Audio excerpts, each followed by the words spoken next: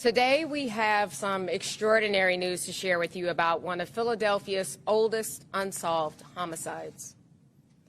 In February of 1957, the body of an unidentified child was discovered inside of a box in a wooded area near Susquehanna Road in Northeast Philadelphia.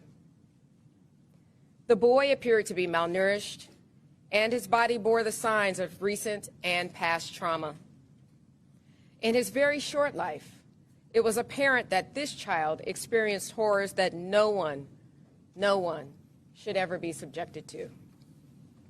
When law enforcement cannot prevent a crime from occurring, our mission is to make sure that we investigate all leads and gather evidence that will give victims a voice.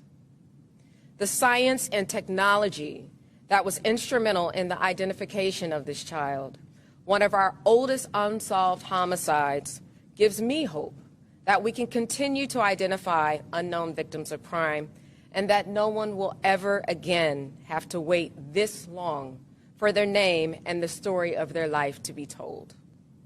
I will now turn this over to Captain Jason Smith, our commanding officer of our homicide unit, who will provide details into the investigation.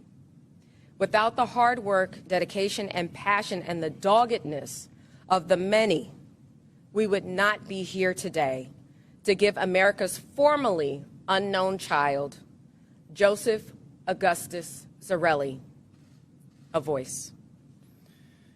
On February 26, 1957, at 10:40 a.m., the remains of a white male estimated to be 4 to 6 years of age were located in a wooded area with dense underbrush along Susquehanna Road between Varee and Pine Roads in the city and county of Philadelphia. The child had been severely beaten. He was unclothed, had been wrapped in a multicolored blanket, and placed inside of a cardboard box. The child had brown hair that was crudely cut close to the scalp and blue eyes. Multiple bruises were visible on the child's body. An autopsy revealed that the child has sustained multiple abrasions, contusions, a subdural hemorrhage, and pleural effusions. The autopsy confirmed that the child was between 4 and 6 years of age.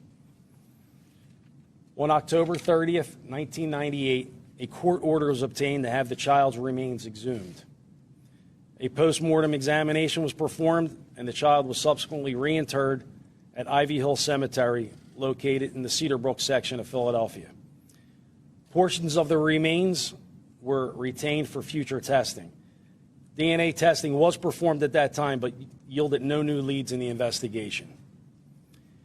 For over 6 decades, the case was continuously investigated by members of the homicide unit who worked in concert with the Medical Examiner's Office, the Forensic Science Bureau, the VDOC Society, the National Center for Missing and Exploited Children, and many other local, state, and federal agencies.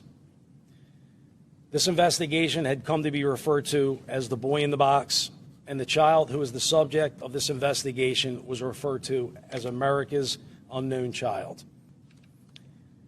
Contemporary forensic applications and techniques, including genealogical DNA testing and inquiries, were made with the assistance of genetic genealogists.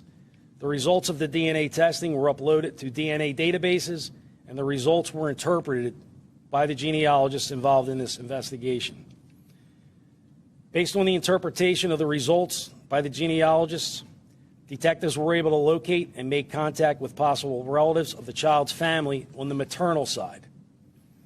Through further investigation and additional testing, the genealogists involved in this investigation were able to establish the identity of the birth mother of the unidentified child.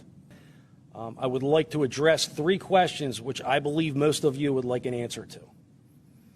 The first is going to be, who are the child's parents and what are their names? At this point in time, we are not going to be releasing that information. Joseph has a number of siblings on both the mother and father's side who are living, and it is out of respect for them that their parents' information remain confidential. The second question is obviously going to be, do we know who was responsible for Joseph's death? The answer at this time is unfortunately no. We have our suspicions as to who may be responsible, but it would be irresponsible of me to share these suspicions as this remains an active and ongoing criminal investigation. Thanks for watching our YouTube channel. Follow today's top stories and breaking news by downloading the NBC News app.